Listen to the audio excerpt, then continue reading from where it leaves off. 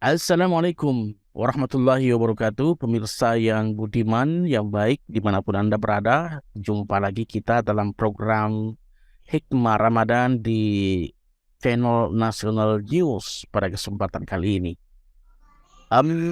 Saya penasaran dengan satu kajian di dalam eh, setiap momentum Ramadan adalah tentang takwa. Dan itu seringkali disampaikan oleh para penceramah, pendakwah, apa itu takwa dan apa namanya sering kita dengar takwa itu seperti apa. Namun kita perlu rasanya untuk mengkaji ini lebih jauh terkait dengan dimensi takwa berkenaan dengan bulan suci Ramadan. Nah, pada kesempatan bincang obrolan kita pada kesempatan ini saya telah terhubung bersama dengan Ustadz Sohardi yang juga merupakan tokoh pemuda yang aktif di bidang keagamaan dan pembinaan kemasyarakatan. Saya akan menyapa beliau dulu. Assalamualaikum, Ustadz Bung Sohardi. Waalaikumsalam warahmatullahi wabarakatuh. Alhamdulillah sehat ya kondisi ya. Alhamdulillah sehat. Terima kasih Bung atas waktunya telah berkenan untuk di bersamai pemirsa pada kesempatan bincang Ramadan, hikmah Ramadan pada kesempatan kali ini.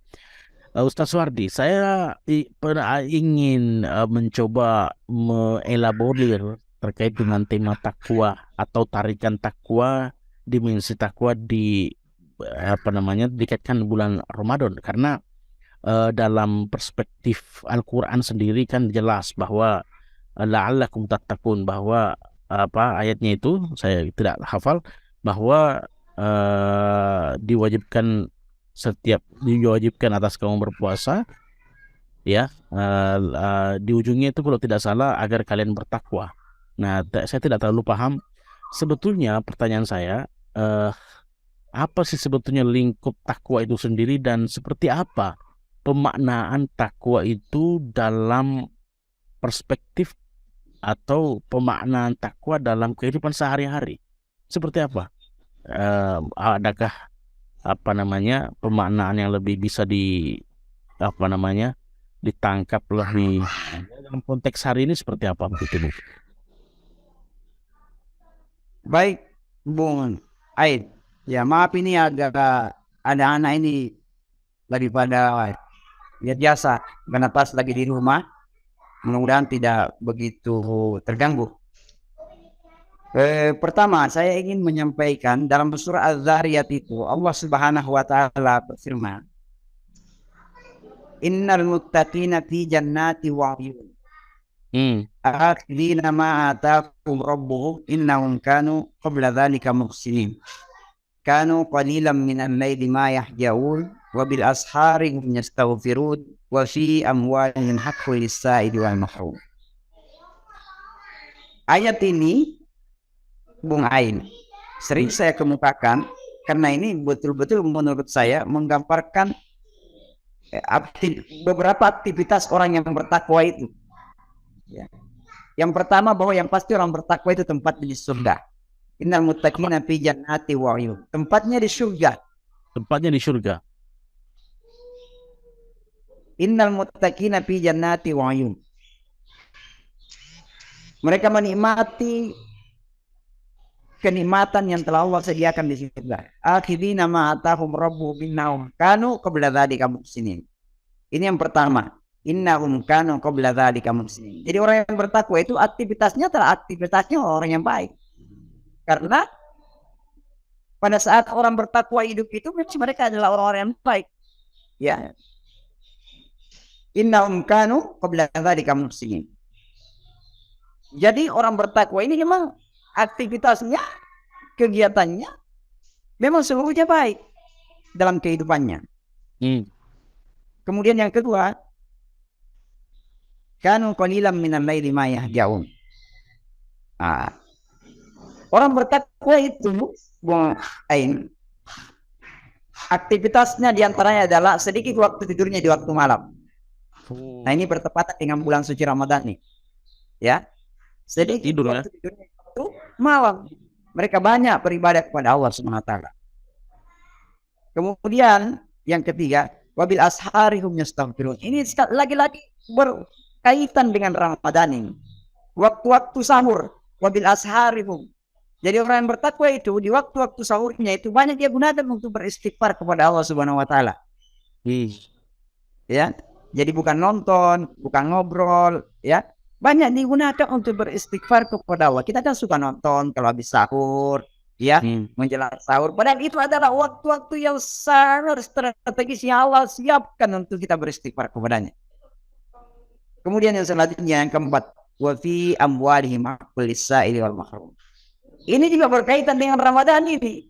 Ya, bahwa orang yang bertakwa itu aktivitasnya adalah gemar memberi, gemar bersedekah, berinfak. Karena dia sadar betul bahwa apa yang dimiliki itu adalah titipan Allah dan ada hak orang lain di dalamnya yang harus dia tunaikan.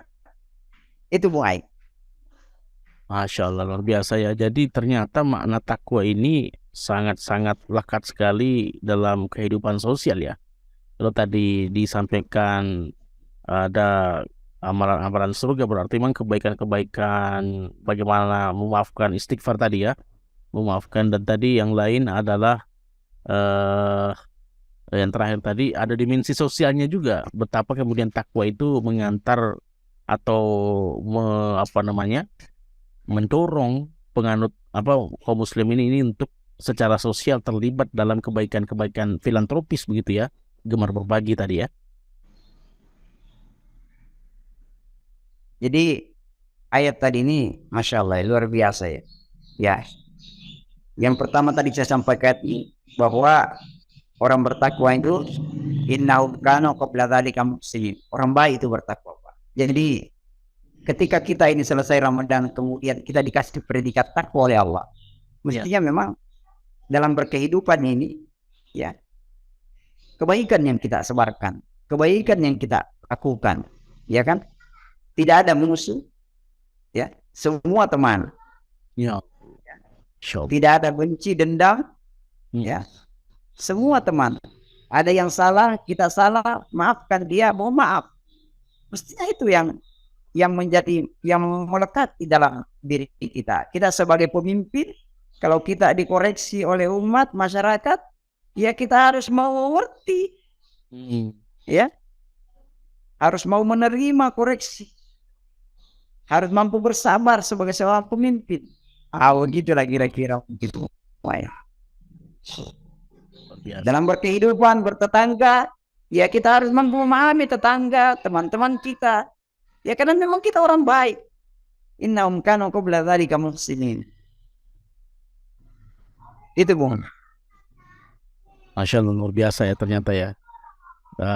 Potongan ayat tentang takwa tadi memberikan satu ternyata memiliki dimensi-dimensi lain yang cakupannya memang tentang kehidupan, bagaimana kehidupan yang harmoni tadi ya, yang betul-betul melahirkan manusia yang insan kamil barangkali ya, kalau istilah agama ya, ini manusia yang sempurna ya, itu termasuk tadi dimensi-dimensi yang saya tadi garis bawahi tentang betapa interaksi tadi dengan sesama terbangun dengan baik, dan itu dimulai dari kesadaran sosial tadi, mau berbagi, menerima juga, mau menerima termasuk tadi Anda tempat menyinggung tentang saling memaafkan. Nah ini saya mau coba tarik sedikit dalam konteks hari ini Bung. Kita sebentar lagi, kurang lebih setahun lagi kita akan menghadapi kontestasi politik yang ya dalam banyak perkiraan akan semakin panas dan akan sama panasnya dengan pilpres yang lalu. Dan ini kan Ramadan mestinya melahirkan figur-figur yang mampu menegasikan segala potensi perpecahan tadi dengan lahirnya manusia baru yang berpredikat takwa tadi. Nah, dalam konteks kenegaraan kita, kebangsaan kita hari ini yang akan sebentar lagi menghadapi tahun politik, bagaimana kemudian takwa ini menjelma atau menginternalisasi dalam tubuh jiwa bangsa, sehingga betul-betul para tokoh-tokoh elit kita ini, politik ini, para cawapres dan capres ini bisa meredam segala potensi perpecahan dan bisa menampilkan diri sebagai figur kohesif yang bisa menyatukan dengan dimensi takwa tadi. Ya kalau saya Bung Ain, sederhana sekali ya. Kalau agama kita itu selalu mengajarkan kita berangkat dari niat. Innamal Niat. a'malu binniyat. Innamal a'malu binniyat. Jadi innamal a'malu binniyat wa innamal likulli imri'in ma nawa. Ya, itulah hadisnya itu Nabi ya. Faman kanat hijratuhu ila Allahi wa rasulihi fa hijratuhu ila Allahi wa rasulihi. Faman kana hijratuhu lidunya yusibuha dan seterusnya. Jadi kalau niat kita ini untuk mengurus bangsa memang betul-betul tulus untuk sebuah pengabdian, sebuah ibadah kepada Allah Subhanahu wa taala, maka sesungguhnya sekali lagi saya sampaikan ya, kita tidak akan pernah marah, kita tidak akan pernah benci dengan lawan-lawan politik kita, karena sebenarnya dia dan kita sama-sama berfastabiqul khairat untuk memberikan kontribusi terbaik kita kepada bangsa dengan niat yang tulus hanya untuk mengabdi kepada Allah Subhanahu wa taala. Begitu, Bu. Masya Allah, luar biasa. Satu penutup ya, langsung saya juga mengira apa yang Anda sampaikan tadi itu sekaligus menutup obrolan kita, dan itu inti dari obrolan kita, betapa nilai takwa ternyata memiliki dimensi-dimensi yang multiple dimensi ya, dalam segala lingkup kehidupan, yang bisa kemudian melahirkan tatanan kehidupan yang harmoni, yang penuh dengan rahmat dan berkah dari Allah Subhanahu wa taala. Terima kasih Bung atas waktunya, obrolan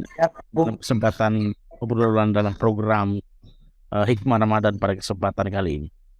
Dan kepada pemirsa semua, kami ucapkan terima kasih telah berkenan, telah mengikuti channel ini. Jangan lupa like, share, dan subscribe pada kesempatan dimanapun Anda menyaksikan tayangan ini.